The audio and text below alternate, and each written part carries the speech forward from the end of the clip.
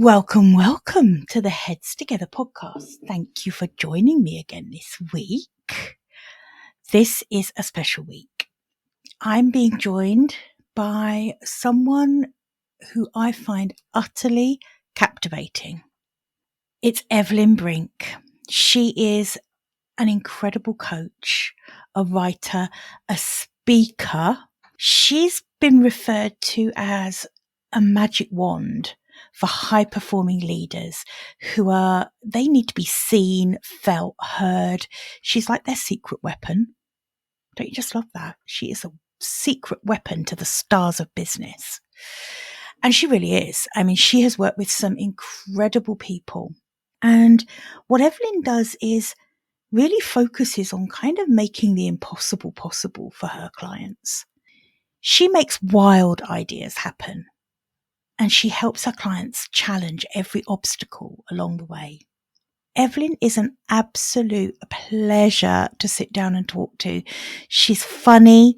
She's had an amazing life so far, and I'm sure has way more amazing stuff ahead of her. I think you're going to love her as much as I do.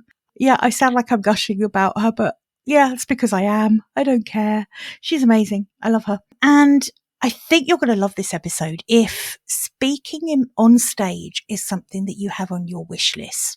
If that forms part of your mission for getting your message out there, and I know it does for many of you, you're really going to love what Evelyne has to say about this. Evelyne is really on a mission to end the chronic culture of insecurity. And I think that sums up perfectly where we are right now. We are absolutely, particularly as women, we're surrounded by this culture of insecurity, and it's time to stop it. For those of you listening of a delicate disposition, we do use some naughty language in this episode, and we also go into some spicy talk with some graphic metaphor, which I bloody love. So yeah, if you don't like that kind of talk, skip. But if you're anything like me and you appreciate a fabulous analogy, Evelyne is the queen of these. And honestly, you are going to get so much from this episode. So the best person to tell you about Evelyne is her herself. So let's dive in. Welcome, welcome to the Heads Together podcast. I'm Jill Mokes, and I am obsessed with cutting through the noise when it comes to growing your business. Each week, via intimate coaching conversations and inspirational stories, I share what it really takes to get the results you want, in a way that feels right to you. I am all about attracting higher ticket opportunities, building authentic relationships, and creating the abundant, full-fat version of your dream business. I mean, how many of us have beavered away creating a light version of what we really want? The thing is, I honestly believe when you're outstanding at what you do, there is no limit to what you can achieve. So, are you ready to put our heads together and make it happen? Let's go.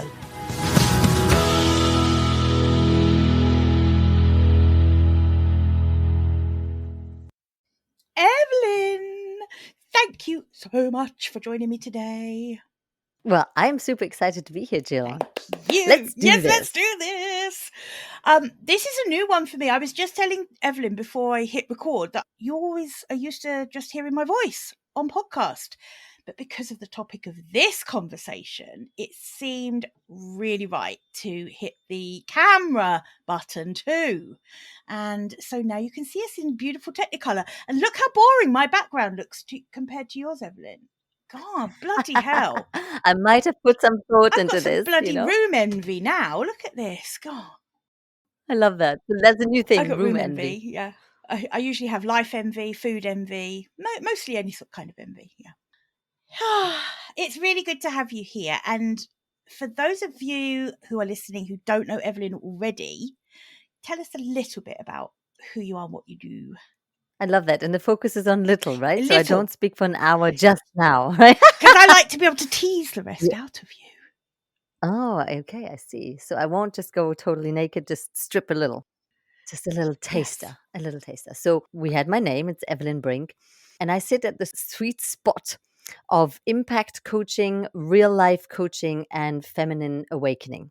So what that means is most people come to me because they really want to shine in the spotlight. They want to take their business to the next level, which is being seen. Now, they call it visibility, but really what we're looking for is being seen, being felt, being heard, being understood, and being recognized as the thought leader that you are. That's what people come to me for. But then the challenge is, how do I do that without losing myself, without trying to fit in a mold that's not me? Or, there might be loads of underlying issues that come up once you try to step into that spotlight. So that's where I come in, as well as working with very established leaders on going that next level further, looking at how does your instrument actually work?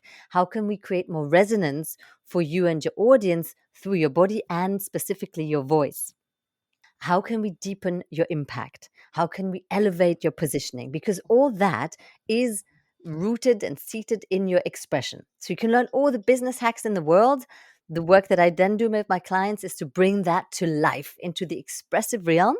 So then people can really get a great impression of who you are, but also the engagement and that love and that connection with who you are, even though they might not see you in person one to one. So that's the impact side of things. And then on the real life coaching piece, I'm really honored to be a personal guide to some amazing creative women who use my magic wand to propel them further in their success, but also to talk about very intimate personal things. Like I said to you before, like if you want to talk about sex, let's go there. I was really tempted to rename the entire episode, but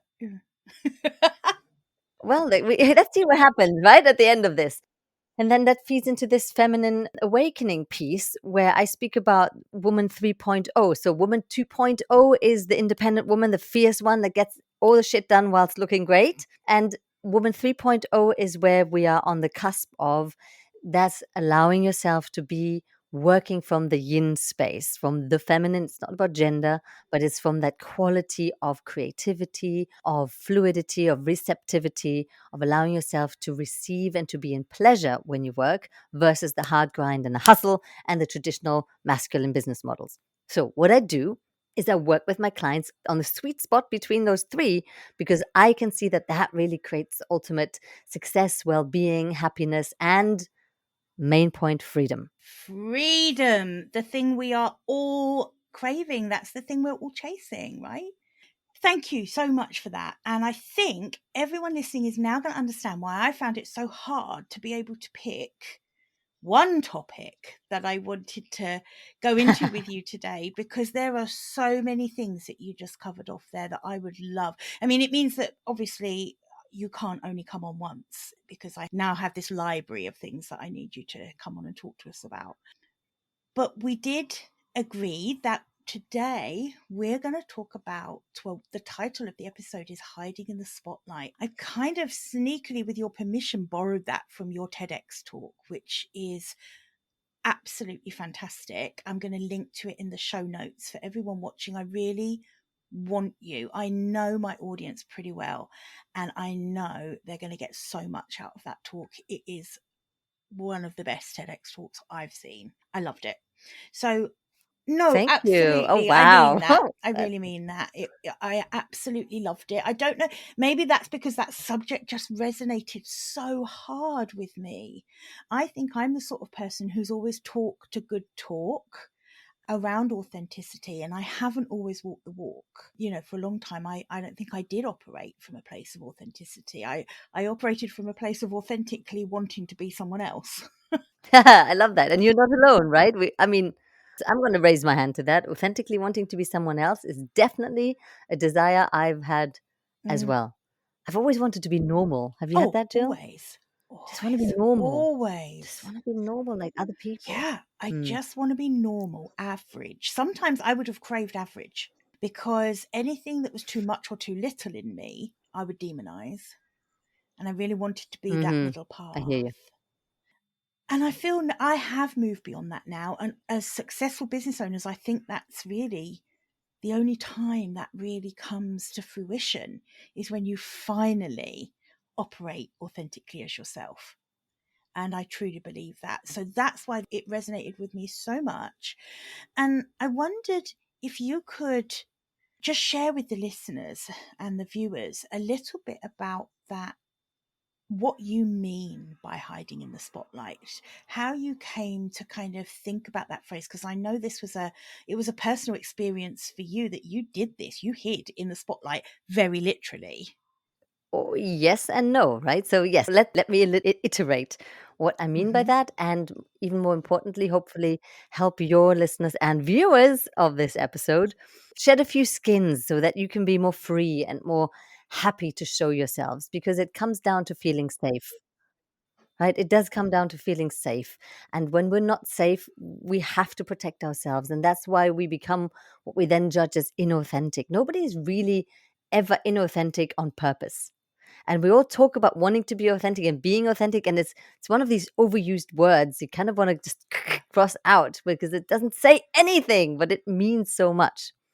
So I'm almost tempted to go back just a little bit to let people know why I know about this subject so much, but I guess that'll go in. So I've been coaching for over 20 years now. But before then and throughout then as well, I've been an entertainer. So I come from the world of singing, dancing, and acting. And in acting, we talk a lot about authenticity, because when you play a character, believe it or not, you need to be that character. You need to be authentically someone else. So that is also a thing, right? As an actor, you let another character flow through you and you make that person believable in that moment. That's not a sin. That's not you being fake. That's you being a really good actor. And then sometimes people say, "Oh, you're just acting." And I'm like, what do you mean just acting? Because a devoted actor will open up their body as a vessel and let this other personality come through. So what is authentic now? What is faking it? It's I love that it's way more nuanced than most people ever dare to think about. So I've been in entertainment from the age of 5. That's when I had my first theater and TV appearance. And I played in a national theater at 13. I mean, I was always going to be this acting kind of person. And then I became most known as Europe's #1 Madonna impersonator, as seen on TV. And I traveled the globe impersonating the Queen of Pop, as you do. As you do. I mean, this is normal, right? As you do. Yeah, It's totally normal. It's just another day in the office. exactly. It's funny now saying it like that, because that was what I did. I'm a woman now, but I grew up in a city called Mainz in Germany. It's small. Like, who do you think you are to do the Queen of Pop?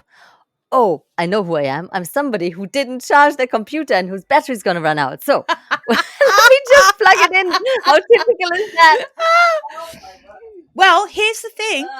This is as real as it gets, right? I mean, I just don't even feel we should edit this out. This is what actually happens no, in real leave that life. in. Thank you very much. Also, That's what happened. while if Evelyne just plugged that back in, I will share with her my Madonna story. Oh, go on then. My friend and I, every Friday night, used to kneel on her bed with a mirror in front of us, do our full Madonna makeup, massive cross earrings, draw on the mole on our faces, at which point we would then strut down to the village, which was our night out, just hoping that some boys might be hanging about outside the corner shop. Basically, that was our Madonna outing, just to go and hang out in the village. Cool. Yeah. Did it work? I mean, did the boys? Of course. I mean, who would resist two very, very awful Madonna impersonators? we were not good. I've seen pictures of you. You're good. Thank you. You're welcome. And also that also took work, right? Nobody's born a great Madonna impersonator. Let me tell you that much. I have pictures of myself that will, yeah, that are cringeworthy. In fact, if you want to Google my name, I've left everything up there. There's some terrible videos of me, and it takes time to finesse the act. Now, let's get to the point of what we're talking about. So I'm going to derive some of my credibility from the world of acting and impersonating, and others from the world of coaching, in which I've been involved for over 20 years, so that everybody can feel safe. We're not just talking. I've not just done a weekend course and now I like to talk about being real. Sometimes I like to say that, there's so many coaches, and people think that because they spend a weekend self-pleasuring in a rice field in Bali, that they can sort other people's lives out. They might be right, and I am probably jealous of that. But there is also a little bit more to our craft. So it's important to sometimes mention that. I completely agree. And I'm grateful that you did that, because it's really important to me that my audience is assured that the guests who come on this show are people they can trust and feel safe with. That's really important to me. So thank you for that. Pleasure. And I will, the rice field in Bali, I think it's very tempting. Can I just say, I bloody love I love that that. example that you just gave. It's a good It's a great example, right? Doesn't example. it feel good? By sunset, that's the idea. Sounds good. Anyway, let's go back to Madonna, which is very similar to that, really, just involving cones. Yeah, just more cones. Just more cones. So, as a Madonna impersonator, my job was to be more Madonna and less Evelyne. And I developed this beautiful, it's not a split personality, but it is in NLP, they'll call it modeling. So you have someone successful that you model yourself on. So you can ask yourself, what would Madonna do? And she would go for a run. Evelyne wouldn't. But then this whole entity, Evelyne, would go for a run because I would do Madonna shows and I needed to be fit and I needed to build my strength and all that good stuff. And then on stage, of course, I learned to emulate her voice and her movements. So you could say, you're trying to be someone else. You're trying not to be yourself. But then what you will learn in that is that it's very relative and what does that even mean to be yourself? Because it's not as fixed as people assume. Like if you read any spiritual texts, you will find a place where it says there is no such thing as the self. So if on the deep level there isn't a thing as a self, what am I trying to be? Funny, right? But that also gives me the freedom to channel anything that I want. So that's one way of seeing it. The other way is, well, actually, we all have personality traits, things that feel more true to us, and we usually base them on what we love and what gets our energy and our life force going. And that's what I define as your self, the stuff that keeps you and makes you come alive. So that's my definition here. So with that in mind, I found out that when I did Madonna shows, I did okay. I became quite good at it. And then there was a moment where I got bored. I get bored really easily.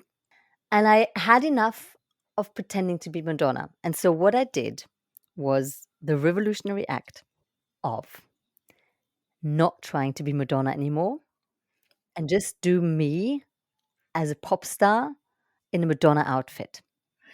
Let's take a minute, because that couldn't really be more revolutionary, could it? Because there's an expectation that your number one job is to impersonate Madonna. It's to be as much like her as you can possibly be.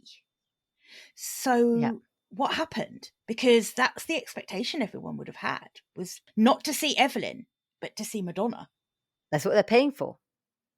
They're paying to see Madonna, not to see Evelyne.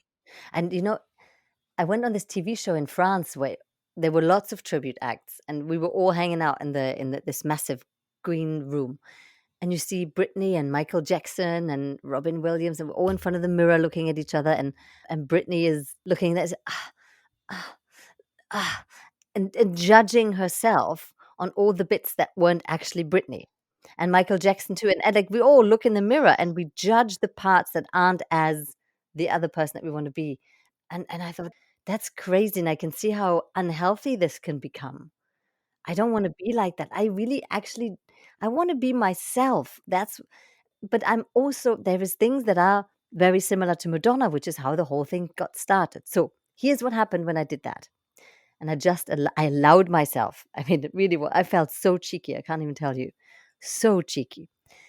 But afterwards, people would come up to me and they said, "Oh my God, you're so like Madonna. This is insane. It's like I felt that Madonna was there. Like, wow." And I thought, isn't that interesting? So at the moment where I stopped trying to be Madonna and I allowed myself to be me in my pop star version, people thought I was even more Madonna. Why is that? I think because Madonna doesn't try to be Madonna either. Oh my goodness. And there we have it. So when you let yourself go, right? When you let yourself go into this role, it was her music, it was her costume, and I just infused my whole self into it, then people get the impression of this superstar Madonna in front of them. Make sense? That makes so much sense, because there's no distraction That little part where some level you're slightly distracted from the performance because you're trying to emulate her. Yes. However many times you've done it, I'm sure that must have still been the case. And so then to put that to one side and like you said, infuse 100% of you into the performance, I do get that. That's exactly what Madonna does. It's just her. So here's the piece that makes it relevant for your audience, because many people are afraid that we're hiding behind a mask. So you step into the spotlight, you put a mask on. And step one is for me to say, listen, we all put a mask on. I had a mask on as Madonna. I had her costumes on, her makeup on. And so it's easy to say, oh, you pretended to be someone else. And I can go, yeah, I guess I did. But here's the revelation. Step two is this.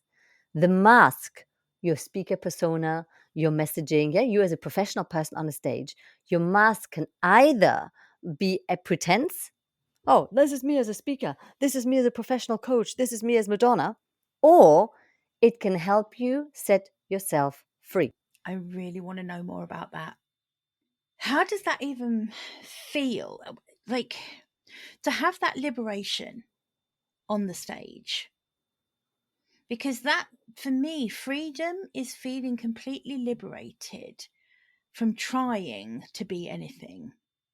I'm really interested in that concept of business people, whoever, coaches, whoever you are. If you're on a stage and you're really doing your rehearsed talk, your signature speech, your keynote, and you're very conscious of how you're projecting you or the you that you've decided to design for this particular speech, that doesn't feel free. Even saying that, I'm doing this. How do we even begin to get to a place where we can free ourselves from that? I love that question. I can see that image as well of somebody really trying to project their designed persona. So I'm not a step-by-step kind of girl. Step one, you do this. Step two, you do this. Step three. Because have you noticed that when you put out the steps, there seems to be an awful lot of steps? Yes. And actually, if there isn't, you're probably being a little facetious in saying it's a 3-step process, or it's never a 3-step process, Yeah. right? And no one wants to hear my 27-step process. Probably not. And again, I love a bit more of a feminine business model and a feminine approach to that. It doesn't all have to be steps, okay? We are so intuitive as women, and we can work with transmission. So basically, imagine that you're a sponge. You can soak stuff up. That's what the idea of transmission is, a fancy word for saying, I squeeze my sponge and you soak your sponge. It's just a transfer of stuff, right? Yes. Let me explain transmission. So we can work with transmission. So I notice then when people, for example, work with me, they don't have to go through 100 steps, because you can copy and paste what you get, for example, from the way that I show up. You might say, hey, she's taken an awful lot of liberty here on camera to be spontaneous and to plug in her phone and her computer and to talk about being Madonna and having sex in the same sentence. Like maybe I too can just allow myself to have fun with it. The willingness to have fun is really, really important. The willingness to use and apply the 3 magic words for women. So there are 3 magic words that change a woman's life. I'm assuming most of your listeners and viewers are women? Yeah, 99%. Yes, 99%. It could also work for men.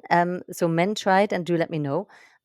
I think this is specifically very important for women. So there's 3 magic words. There's 2 magic words for girls. As you know, the magic words are, what's the magic word for girls? The magic word They for want to make girls. magic happen. No. Please and thank you. Okay. Yeah. Oh, what's the magic What's the magic word? words? Of course. The magic word, please and thank you. So that's how we grow up. Please and thank you. That's the magic word for girls. There's 3 magic words for women that shift everything. And they are at the foundation of this whole thing. No 3 steps, but 3 magic words. Are you ready? The 3 magic words for women to change their life radically and make magic happen are: fuck this shit. Fuck this shit. This is true. This is serious magic. Because when a woman sees the restrictions and the limitations and she's done with this feeling so restrained, trying to be this designer version of her talk. And at some point, this corset wants to burst, and she goes, fuck this shit. I am here. I am alive. I don't have to earn my place in this world. I'm worthy of my success. I'm worthy of my beauty. I'm worthy of my gifts. I receive them. I accept that. I am here. And that's what I'm going to share with people, speech or not. It doesn't even matter what you say. Nobody's going to remember what you said. You're not going to remember all the things I tell you in this podcast, but you will remember the energy. I will remember the energy, 100%. Everyone will, because as you just said that, my eyes closed, I did a deep breath, and my shoulders just kind of dropped, which for me is when I'm feeling expansive. That's when I'm ready to receive. And I think that's, I mean, it's so overquoted, and I get that, Maya Angelou, but it's true. We don't remember what people say, but we do remember how they made us feel. That was a feeling. Yeah. Fuck this shit elicits a feeling, right? Yeah. And for me, it elicits this liberation of, I don't have to. I don't have to. And then is an exhale and the bravery to step into something else. And then the rest, by all means, is training. Okay. We're not going to pretend that it doesn't take some good skill and some good training to come across as this liberated speaker on Yeah, stage. and I get that. We're not going to pretend that. There's skill involved here, right? Nobody's born this way. But this moment of liberation is key, because otherwise all the training will just be a more polished designer version of your keynote speech. And I don't care. Nobody cares about your speech. We've heard 1,000 speeches. Nobody cares about my speech. But what we do care deeply about is human beings sharing themselves in the world. You cannot not care when somebody becomes vulnerable with you. Right. Like if I start sharing with you about the story with my son, and you'll see it in the TED Talk, so we're not going to ride around on it forever. But he's the first survivor of not having any small intestine. And when he was born, the doctors told us he wasn't going to live. You cannot not care when I share how difficult this was for me, unless you're a total sociopath, which is only one. I don't think I have don't know how many many of those in my audience. I don't think you do. So we tend to care an awful lot, especially as women. We really, really care. We do. And so, but what we care about is being human and being connected. We seek connection. That's what nurtures us. That's what we care about. So our job is to create and foster connection with other humans, even when we're giving a speech. Right? Because wouldn't you agree? Information exchange isn't really where it's at nowadays. No, it's really worth nothing now. I mean, and it's getting more and more worthless. I mean, we just don't need other people to get the information from. Exactly. You want to know how to be a great speaker? Correct. So how to be a great speaker on stage? Google it. You get your steps. Absolutely. But this is reminding me of something that I talk about to my clients all the time. And that is that, as a coach, our job isn't to be the content we put out for our marketing. Our job isn't to be the best marketer we can be. It's not about showing off our prowess as a marketer. It's about showing how bloody good we are as a coach, because that is what will get people coming back. And I think it's powerful coaching that gets clients to sign up and stay with you, not demonstrating your prowess as a marketer to get the most reach or the most followers and all of that kind of shit. This reminds me a little bit of that, because it's like you can have the most polished speech. Technically, that speech can be perfection. You can have read every single book on scripting a perfect speech. You can deliver it with the exact right cadence of your voice, and if that doesn't elicit a connection, just don't bother. What's the point? Right? You say some really good things. I love it. Thanks. So do you. I love it. Well, thank you. You're welcome. It's like a little love fest. Thanks. The Mutual Congratulations I like Society it. is well and alive. I love it. It's important for us. We're on the same wavelength with this, that we really want to go deeper into connection and out of this idea to be perfect or to be professional, which is another thing that really holds women back when it comes to being seen more. So a lot of women tell me that being out in the spotlight is difficult for them because they're afraid of messing it up. So what if you find out I'm not as good as I think I am? What if you find out I'm not as intelligent?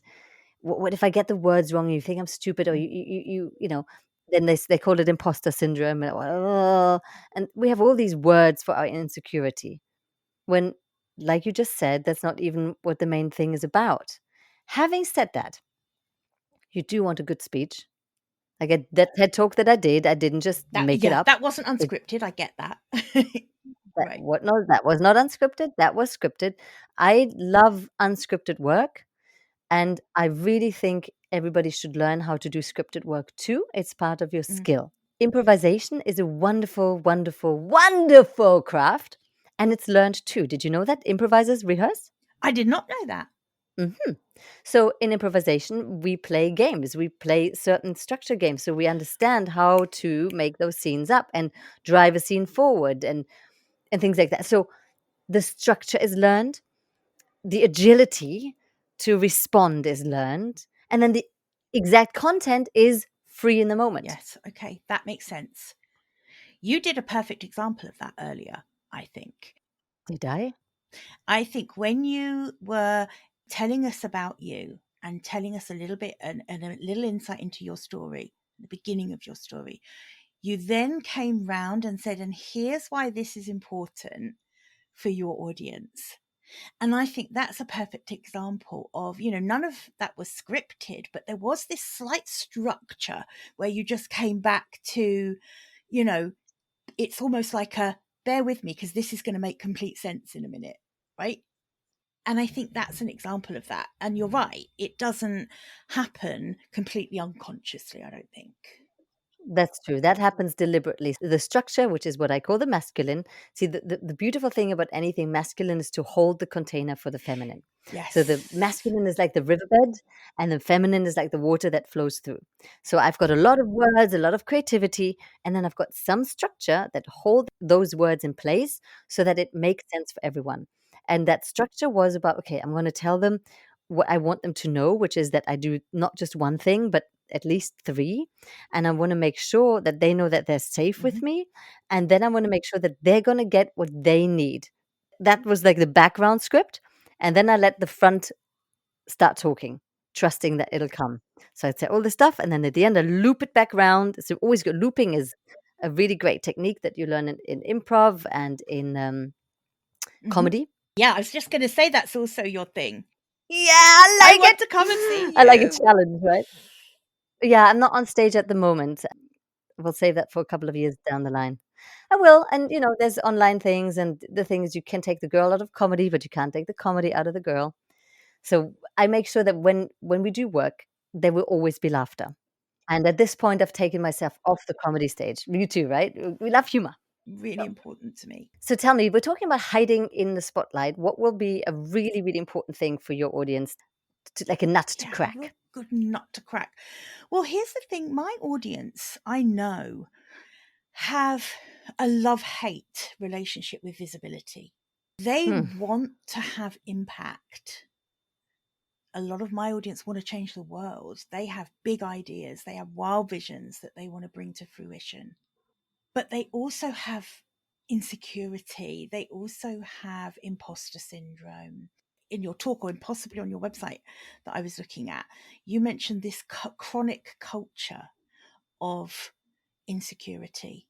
And I just thought, God, what a perfect way to put it. And I see that there is a chronic culture of insecurity. So I think my audience have this real kind of pulling in two directions, a craving to have impact. And for that, they want the visibility. They want the visibility because they know that is a vessel for getting their message out. It's a way that they can have the impact on the world that they want to have. It's a way for them to earn more money, because the people I work with, they don't just want to make an impact, they make a stand for the and, they want to make great money as well. And they see the visibility as part of that journey. But they're so scared. They're really scared. You touched on it earlier when you said, people are scared of messing up. And I think that's the biggest thing. They're scared of putting themselves out there and being judged, ridiculed, considered less good at what they do than they thought they were. That's what they're scared of. It's really a lack of self-belief. So the nut for me is, how do you really choose yourself for that level of success, that level of personal success? But is what I mean here. I mean overcoming the insecurity and doing it anyway, putting yourself out there anyway, and then relaxing and seeing what happens. Because at the end of the day, none of us have a crystal ball. None of us know how a talk or a speech or anything, apart from Evelyne. Evelyne has a crystal ball. God damn her. She's got, I look at don't her know. background. She's got bloody everything. I Yeah, hate my room you got now. a I'm crystal trashing ball. my own room as soon as we stop recording. Oh my gosh. Be kind. Be kind. I don't actually have a crystal ball, but I'm very tempted to get one because I've just had a coaching session where we talked about crystal balling versus, and I encouraged my client to stop crystal balling. Right. Because we don't need it. And that's the thing, but we want it. I think a lot of us want a crystal ball. That's why big decisions are so hard to make, because we don't have a crystal ball. We never know, do we, whether something's the right decision or the wrong one. So we never know whether the speech we've scripted for the stage, is it the right speech? Is it going to be well received? Is it going to go down well? Is the audience going to react? We don't know any of those things before we start. So this is a very long way of me asking you, how do we make that decision to back ourselves, to choose ourselves for the success without the crystal ball? Ah, love that question. Yes, party balloons for that. Yeah, we are off. And then there's two things that instantly spring to mind for that. One is the idea of the crystal ball that I've just literally done a live on, and it's fresh on my tongue. And the other one is the deeper concept underneath. So let's go to both. You just said really accurately, and you use such good language, backing yourself, and it's hard to make a decision because we don't have a crystal ball and we're trying to make that decision based on what's right or good for us in the future. And that's really difficult and it mostly doesn't work. But there is another way of doing that. So as long as I'm stuck in making decision based on what the result will be, I'm crystal balling and I'm going to be in really painful territory mentally.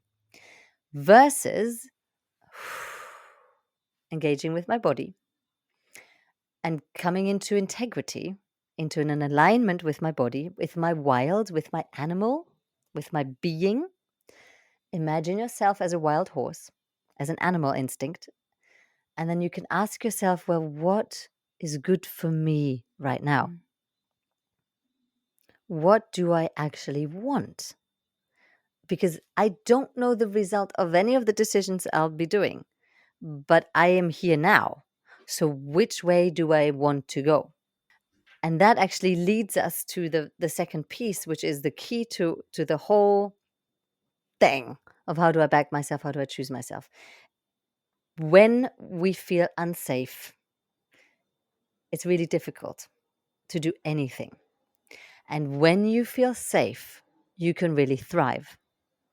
And this is especially important and absolutely crucial for women because we've been made to feel, or not made to feel, but we have been unsafe for so long and often still are in many different ways that our nervous systems they're quite activated generally. They're really quickly stressed, really quickly in nervous system activation.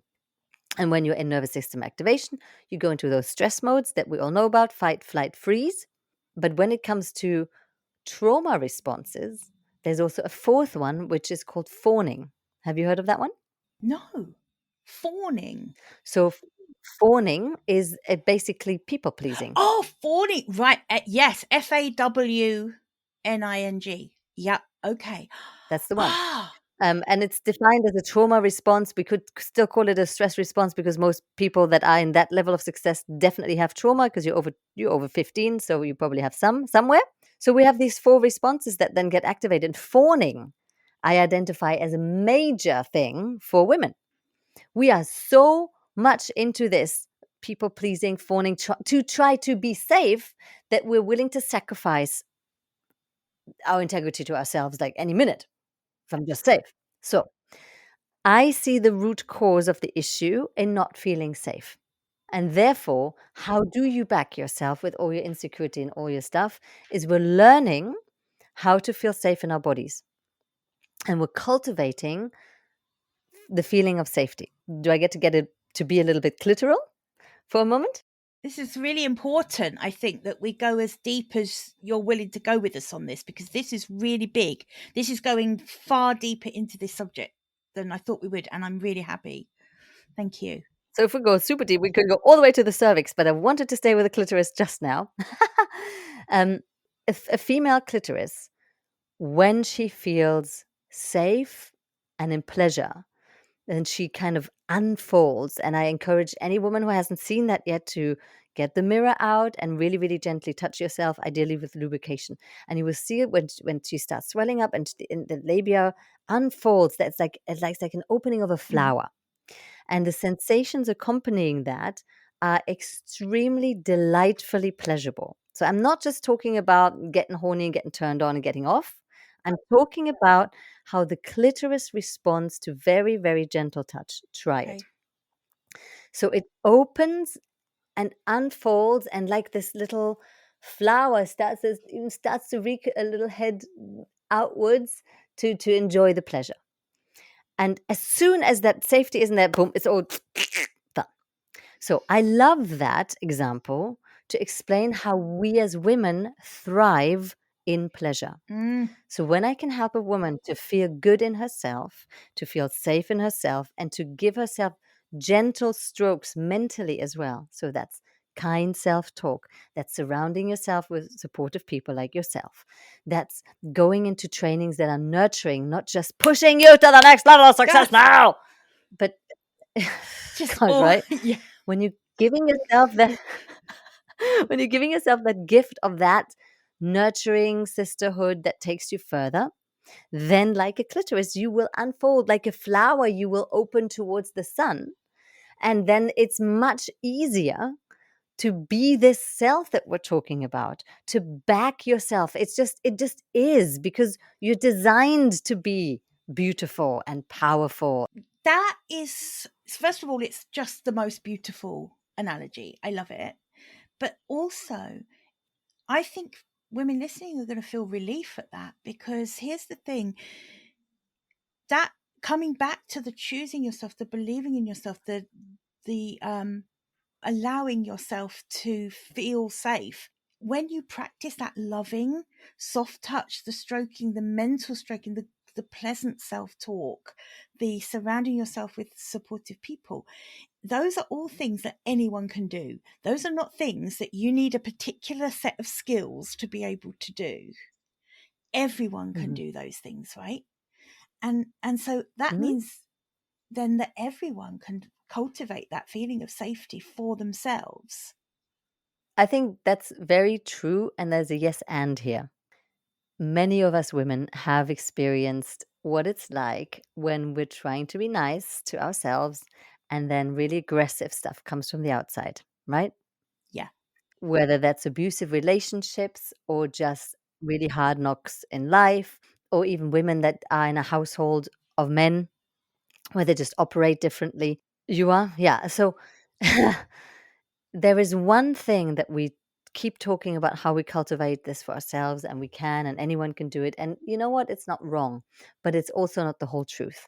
There is safety in numbers. We do actually need to change some of the systems. We can't put all the responsibility of feeling safe and good onto the individual woman, which is why, number one, masterminds are great, right? Sisterhoods are great. And then systematic change. Probably at some point, we're going to need to be political. I just heard this amazing talk this morning about the imposter syndrome and how it's just actually rooted in patriarchy and in chauvinism.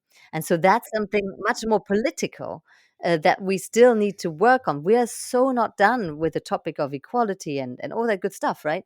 So I want to take the pressure of any woman to have to do it by herself, because you can. You're not designed to do anything by yourself. We are designed to work intersocially, not independent, but connected. Really good point. But I think there's some comfort in both, isn't there? There's a comfort that there doesn't need to be anything special about you or different about you to be able to cultivate some safety for yourself. And I completely agree with you that you don't have to do it yourself either. No. A lot of your audience is also coaches and mentors, Yeah, aren't a they? lot of my audience are coaches. They are almost, yeah, exclusively they're female business owners and a lot of coaches and consultants. Oh, that it's encouragement for the women business owners and the coaches amongst you and the leaders amongst you. Why it's important to do what we do. Sometimes as coaches, you might think, I don't even know why I'm a coach. There's so many coaches. It's just a sea of coaches, and there's always coaches.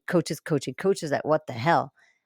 Well, actually, we do need each other because different coaches bring different strokes to you. So Jill's quality of coaching, Jill's energy, just Jill's skill is different than mine.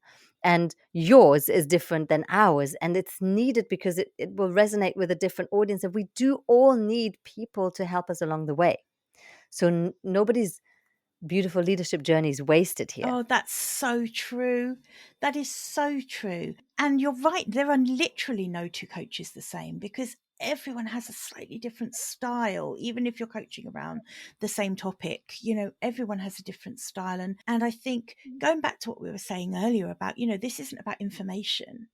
It's not about the information we give each other, particularly as coaches. It's certainly not. It's about the connection and the feelings that we bring out in each other.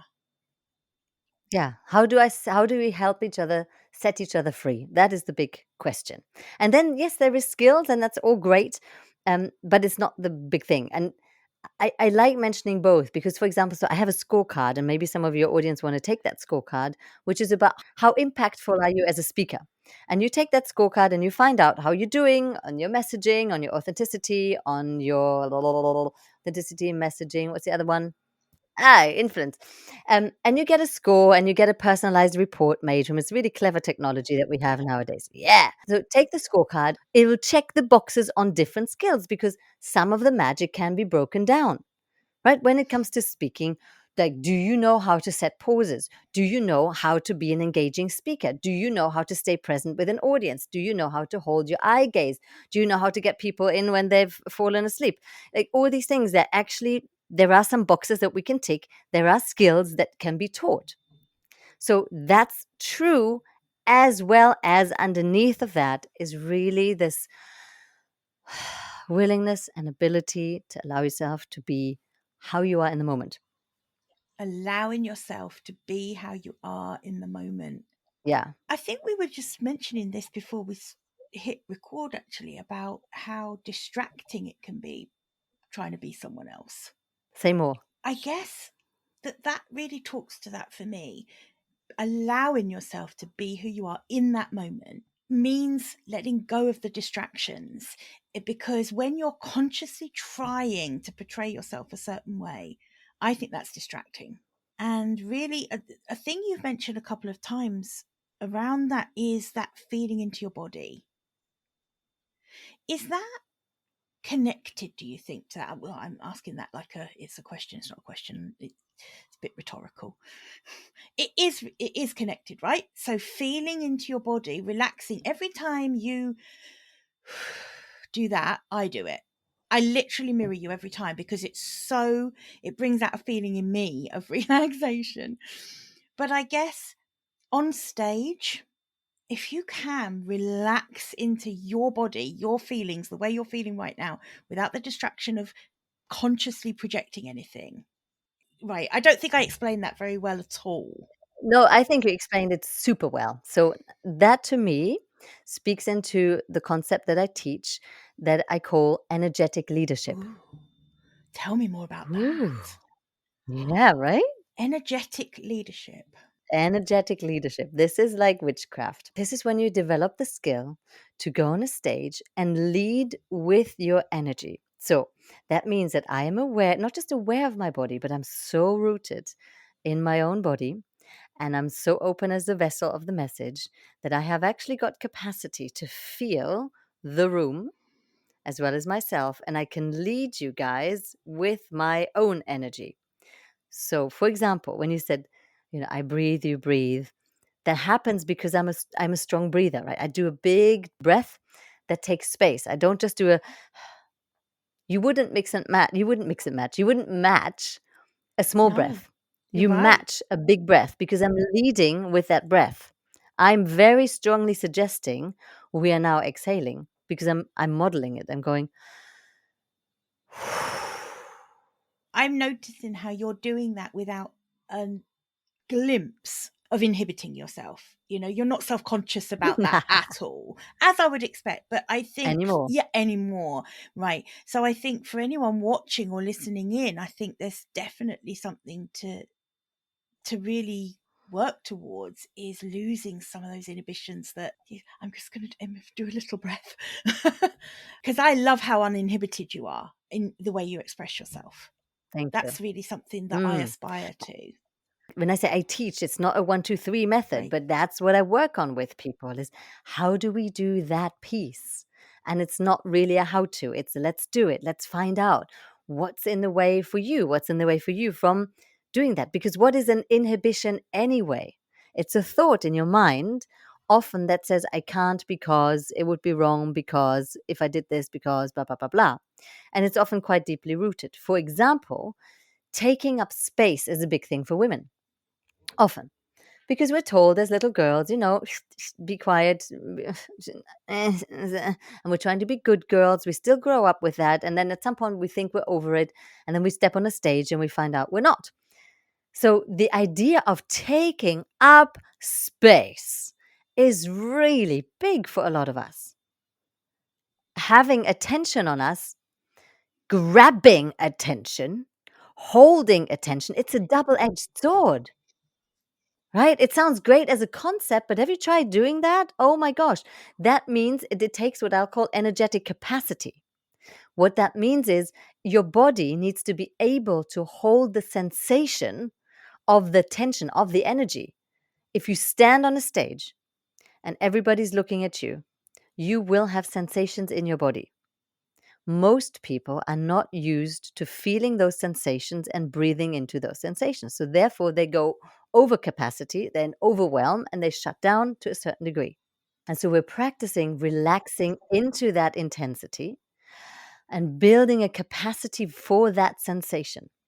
So I'm really going into the sensational, into the senses, the body, the feeling, and the energetics. And the more I can build that capacity, then the easier it is for me to then allow myself to take space, to be what they call unashamed. Unapologetic. Yes, liberated, unapologetic, all these unwords, which are wonderful. Like, why was I apologetic in the first place? But we generally are. And it's the path of mastery has no end. So I'm working on that too. Right? We teach what we most need to learn. Absolutely. I'm just in a different place on my path. Right. But yeah, I'm really excited about this stuff because that's the deep thing, the deep stuff that I find really hard to market.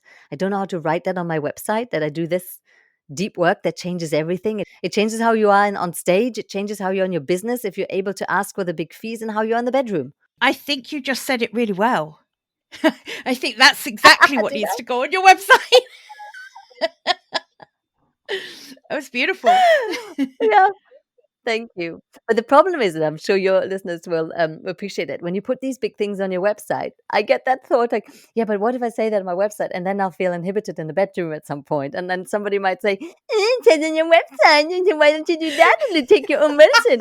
So I have this thing of be careful what you say out loud. It's like someone, you're going to literally have sex with someone and then they're going to send this memo afterwards saying, I'm afraid I am having to sue you now under the Trade Descriptions Act because I was led to believe. And you didn't have 3 orgasms, so what's wrong with you then? Yeah, I'm like, you weren't very good. You should have said something. I couldn't be asked. I just wanted it. I virtually chewed my own arm funny. off. I wasn't going to say anything. To correct this, if this ever did happen, dear women, we do want to say something, right? And stop it. But it's a big thing. It's actually a really big thing, right? To speak up in the bed, like in intimate relationships. It's the hardest, I think. And then in professional relationships, it's the hardest, I think. And then in any other relationship, it's almost the hardest. It's even hard for people to speak up in a restaurant when they order something and it isn't quite what they like. How many people can't even say, when the waiter comes around, how's everything?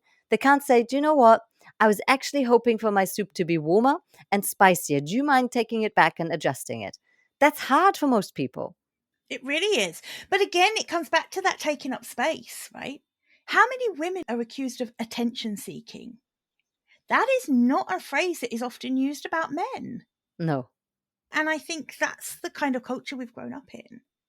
It's not good. It's not good to take up space. It's not good to draw attention to yourself. But if you want to be visible and you want to be a thought leader and you want to be a kick-ass businesswoman, I'm not afraid, but you will need to take up a lot more space willingly. And I think, for a lot of women listening, that motivation to have the impact that they really feel destined to have. If you are, let's face it, if you're genuine about that, if you're not just paying lip service so that you can call yourself a purpose-driven business owner, then if you really care about having impact, you're going to have to get over it, and you are going to have to really think about this. And I just think, Evelyne, you've delivered so much value today. It's blown me away, really, because you said just now you teach what you most need to learn.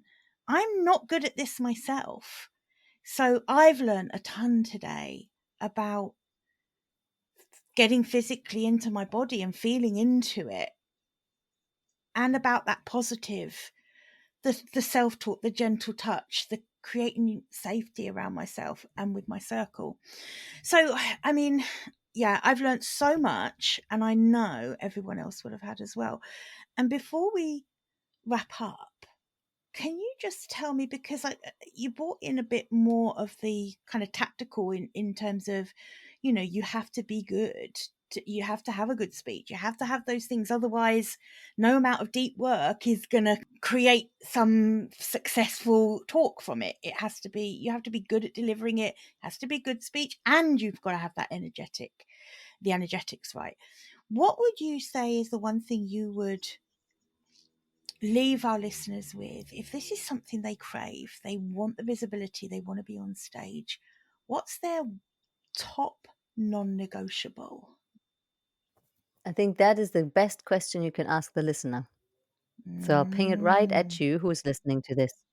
What is your top non-negotiable? Don't let anyone else tell you what it is, because you know what yours What is. a great answer. What a great answer. And that kind of sums up everything about authenticity, right? It won't be the same for everyone. And you need to, part of really understanding yourself and being brave enough to step out from being hidden is about knowing what that is. And a really good way to do it, because we talk a lot about bravery, and I feel it adds another layer of pressure again to a woman who's already under pressure, because we have so much desire and so much pressure. The magic recipe, me and my magic. I love your magic. Thank you. I love it too. The magic recipe is fun. If we can have fun with it all, then it's going to be so much easier. You don't have to be quite that brave. Yeah. We're just going to have a lot of fun. Like, this is what I loved. I love to create containers where we're having so much fun. And the next thing you know is you've done it a couple of times and it's been fun. That again creates that safety. And then you can take the next step and the next step. You don't actually have to throw yourself out to the sharks just because you want to learn how to swim. Hey, that was good, wasn't it? I just made that up. Did you just make that one up? Write that one down. Yeah, I just write made that one up. down. That is going to be reused. Yeah, I love that. I love that it happened. It just and came you're through. so right. Yeah. It's so true. Oh my goodness. I love that. You too. That's really fun. Thank you very much. Oh, that was good. Evelyne. Lovely, right? It's been amazing to have you on the show today. And I've learned so much. I know my listeners will have. How can they find out more about you, reach out to you? How can you help them? What shall we link them to in the notes? I love that as a question. So first of all, thank you for getting me on. You're welcome. I really, really appreciate it. I love the way you interview as well. You're very attentive, very good at listening, very good at picking up the important points and reflecting them. So I appreciate that very, very much. Really good. Thank you. And secondly, where can people find me and find out more? If you liked what you heard, you like my vibe, you like my style, come and let me serve you through my newsletter. I write about once a week, sometimes new inspiration, sometimes whatever. But I love serving my community with a really high value newsletter. You get that on my website. The website is my name, evelynbrink.com. So the thing to remember is how to write it, EVELYNE. BRINK, brink as in on the brink.com. On the website, there are also options for some home study programs. I've got free trainings on there for people. So if you want to get started with stuff, I give a ton away. And then I will let you know via the newsletter when we have the next opening for live offerings, for example. I'm recreating my business right now. It's quite exciting. When I work with people one-to-one, it's high level. It's a high investment to work with me, but it's worth it. I have no doubt. And to widen the reach and make it more possible for people, I'm now creating more group opportunities and home study programs. So there will literally be something for most budgets soon. If you go on my website right now, you might go and get a little bit of take a deep breath. It's okay. Don't worry if that budget isn't there. It might be there another time. It might be there now. And you say, well, let's just jump in. But there will be offerings that are at a more mainstream market approach very soon as well. And you'll know about them from the newsletter. I'm not planning on doing these massive marketing launches because it's just not what we really do. So I'd rather be able to serve you regularly, like get the vibe, get the trainings, and then I'll tell you, hey, so I'm creating a new program called the Impact Amplifier, for example. That's going to be a 1 week, 2 hours a day affair where we're stretching your dynamic range. So that's good for everyone. If you're a coach, you want to learn how to stretch your dynamic range, right? Expression, we talk about how to do that. If you're a confident speaker, we'll take you into the spaces that you're not used to in the vulnerability and the softness approach. If you're a timid, shy speaker, I'm going to show you how to let some aggression out. We'll just stretch everybody's range, like dial it up and dial it down and dial it left and dial it right, because we usually don't have an opportunity to do that. So we don't even know how you are as a speaker. You don't even know your voice. And that's 1 week long. It's a 1 week container for that one. That's going to be a 1 week, 2 hours a day I like container. that. Yeah. I love intensive things like that. Yeah, I don't think there's enough of that kind of thing around. And that's, for my personality, that kind of thing works really well. I want a whole week and I want to deep dive into it. Sometimes I run retreats live, and then I think in the autumn we're going to do like an 8-week container again called True Impact. But because I'm a creative, like many of us, I don't want to make too many promises in the future. So come on the newsletter, see when it's happening, and get served all along the way. Because that's, for me, is the importance. It's not don't just come in and out. This is a long-term process. And if you liked what you heard, then be part of the movement. Like, the movement is to end the culture of chronic insecurity. And we help each other do that. So that's my welcome. And I think we're linking to the scorecard as well, right?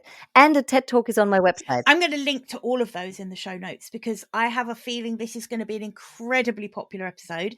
And I think people are going to want to know everything there is to know about you. They're going to be stalking you right, left and center. Please. I'd love it. Stalk me. I'm also on Instagram and all the platforms. But the best place, just come on the website. You'll see there's a blog with you've seen it. I put all the blog articles out there. It's just, I want to give, and let's nurture. And it's true. Yes. Evelyne is incredibly generous. There's a ton of stuff on her website. So do head over there and have a look at that. And hopefully I'll see some of you in the Impact Amplifier. That'd be amazing. I, for one, am really interested in that. So I have my hand up already. And I think a lot of people listening, that is going to be, it's something that I'll be talking about to my clients too. And again, I just love this week-long container, 2 hours a day. Let's get it done, get the impact quickly. I like it. Cool. Thank you so much, Jill. I really appreciate being your guest. Is a pleasure and an honor. Thank you so much for joining me. Honestly, I've loved it. I've loved it so much. And I hope we can tempt you back again soon. I'm sure you can. Bye for now. Bye-bye.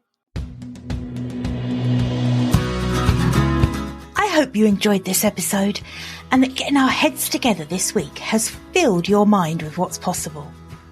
If you love the show, would you do me a massive favour, please? Would you leave a 5-star rating on Apple Podcasts? It would really help me put more heads together, reach more ears and expand more minds. Until next week, bye for now.